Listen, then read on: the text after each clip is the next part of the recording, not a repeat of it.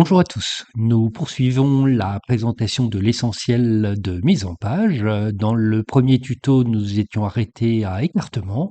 Nous allons voir cartouche. Si je clique cartouche sur la scène initiale, ce n'est pas une mise en page, donc j'ai un message qui me l'annonce. Je vais sur une mise en page. Je clique cartouche et on va me demander si je veux le mettre sur toutes les scènes ou juste sur celle-là. On va dire juste sur celle-là et je vais choisir dans une liste de cartouches le cartouche que je veux mettre en page. Je clique. Mon cartouche est mise en page. Nous allons regarder ce type de cartouche. Il s'agit d'un modèle SketchUp. Sous SketchUp, j'ouvre un modèle. Je suis ici sous SketchUp 2024. SketchUp, j'ai deux dossiers qui sont importants, VMS Param et VMS Tools. On va aller dans Tools. Et dans Tools, j'ai l'ensemble des outils des différentes extensions de VMSUp, dont celle de mise en page. Je clique ici et j'ai les différents cartouches que j'ai déjà créés. On va ouvrir le premier cartouche et il s'agit naturellement d'un modèle SketchUp. J'ouvre ce cartouche. Un cartouche pour VMSUp comporte 4 types d'entités importantes. La première, c'est du graphique. Ici, j'ai des lignes pour faire un cadre. J'ai mis un logo, je pourrais très bien mettre mon adresse et la société et rajouter des textes dedans. Je pourrais même, par exemple, rajouter une ligne ici, je rajoute une ligne ici, j'ai créé une face que j'enlève. Donc, des éléments de type graphique.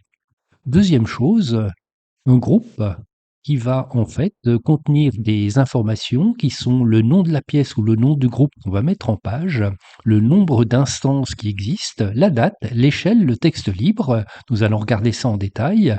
Troisième information, si on a mis une description dans le composant que l'on a fait dans le modèle SketchUp, on va pouvoir mettre le contenu de la description ici. Et quatrième information, c'est la print zone, la zone d'impression que je ne vois pas ici. Je vais simplement allumer ma palette.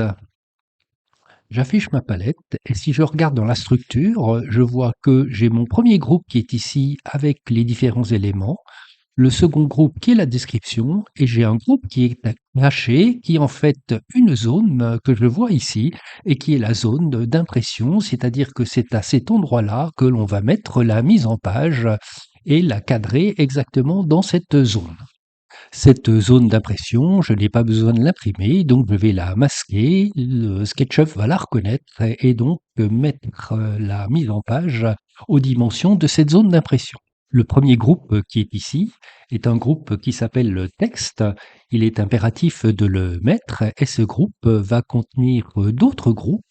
Je regarde ici, j'ai donc un groupe qui s'appelle le nom et à l'intérieur de ce nom, j'ai donc un texte et c'est ce texte qui va être mis à jour avec le nom de la pièce ou le nom de groupe qui est mis en page. Si je veux changer la taille de la fonte de la police de ça, je peux très bien le faire, changer la police, etc. Second texte, c'est un texte nombre qui va me donner le nombre d'instances identiques qui existent pour la pièce mise en page.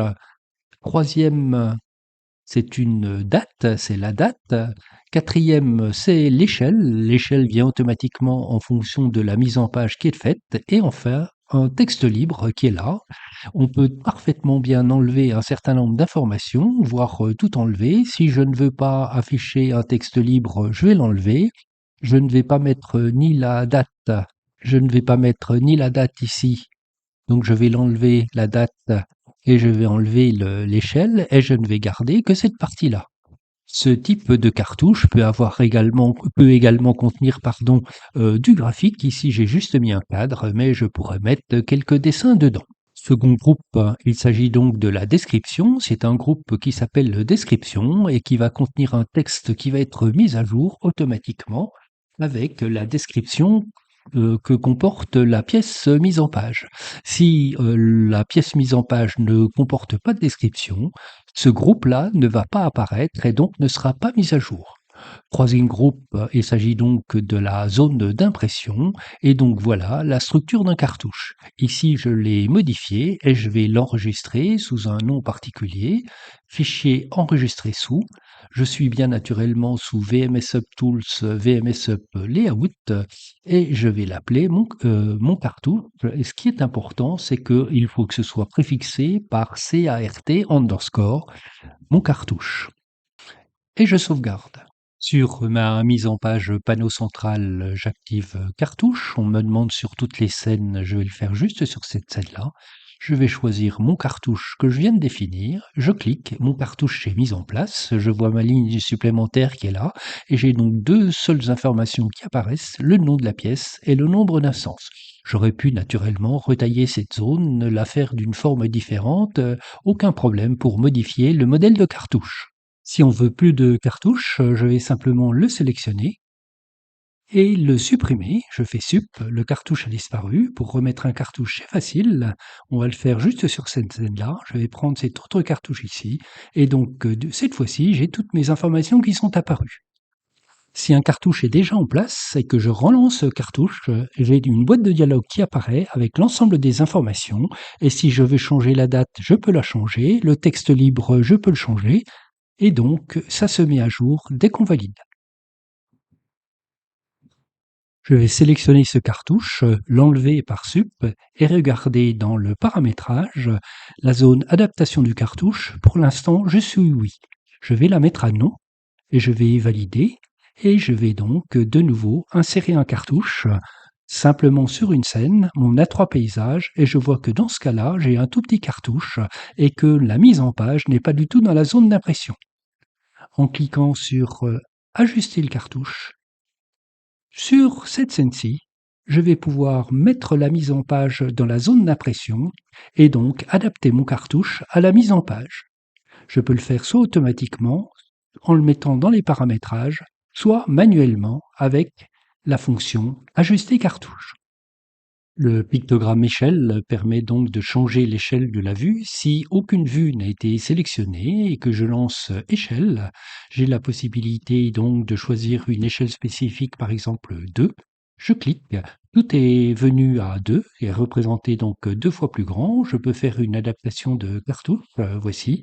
Et donc j'ai une échelle 2 fois plus grande. Si j'avais gardé le texte échelle, l'échelle serait marquée à 2. Si avant de lancer échelle, je sélectionne une vue, par exemple cette vue de droite, que je lance échelle, seule cette vue va changer d'échelle. Donc elle va être 2 fois plus grosse et je pourrai coter plus facilement un certain nombre de détails sur ce type de vue. Cette mise à l'échelle peut être intéressante, notamment quand on rajoute une vue et que ce n'est pas une vue standard, mais une coupe, et on va regarder ça tout à l'heure.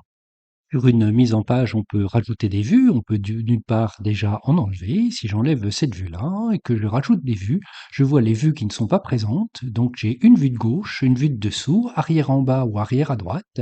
J'ai une vue ISO que je peux rajouter, donc je rajoute ma vue ISO, la vue ISO revient. Je peux rajouter une vue de dessous, par exemple, qui va venir donc entre la vue de face et la vue ISO. Je valide, ce ne c'est pas le bon écartement, donc je vais reprendre la fonction écartement juste pour cette scène-là, et je vais faire une adaptation du cartouche juste pour cette scène, et j'ai donc l'ensemble de mes vues qui sont arrivées dedans. Je vais rajouter une vue de coupe sur le panneau central. On va d'abord le modifier légèrement pour voir bien le résultat. Je rentre dans mon panneau. Je vais dessiner un rectangle, peu importe sa position et sa taille, un rectangle comme ceci, et je vais juste faire un pouce-étiré pour le faire sortir. C'est comme si c'était une petite décoration. Je reviens sur mon panneau central et je vois effectivement la saillie qui est faite. Je vais rajouter une vue. Je donc clique sur ajouter une vue et je vais rajouter une coupe. Je clique et voilà, ma coupe est donc rajoutée. Pour l'instant, cette pièce n'est pas du tout coupée. Si je fais info sur l'entité, je vois que ce type de vue s'appelle cut. C'est la première coupe que j'ai faite, c'est 1 et elle est suffixée par le nom du panneau. Si je regarde à l'intérieur, le composant a été rendu unique. Donc lorsque je vais faire des modifications sur ce composant-là, ça ne va pas du tout modifier ma mise en page, ni naturellement ce qui figure dans la vue initiale. Pour cela, je vais lancer le plugin coupe, la face sur la table, une arête contre le guide, le point de coupe, et on va couper comme ça. Donc je scie, et j'ai donc ma coupe qui a été réalisée. Seule cette pièce a été touchée puisqu'elle a été rendue unique. Cette coupe-là, je peux la positionner sur le bon endroit. Donc, en l'ayant sélectionnée, je vais la faire tourner autour de l'axe vert. C'est pas tout à fait cette partie-là qu'il me faut, donc je vais la faire tourner 2 fois. Et je vois donc ma coupe qui est arrivée. Cette coupe-là, je peux très bien la sélectionner, la mettre à l'échelle 2, et je vais pouvoir donc sur cette coupe indiquer un certain nombre de cotations pour bien marquer les usinages. Voilà pour ce second tuto sur les essentiels de mise en page. La prochaine fois, on verra tout ce qui concerne le sens de la pièce, l'empreinte, le nettoyage, la mise à jour et le paramétrage. Le support de ces deux tutos a été une porte qui a été modélisée par Vincent. En voici la réalisation de 4 exemplaires. C'est vraiment un superbe travail. Bravo Vincent. À tous, bonne utilisation des extensions VMSUP et à très bientôt.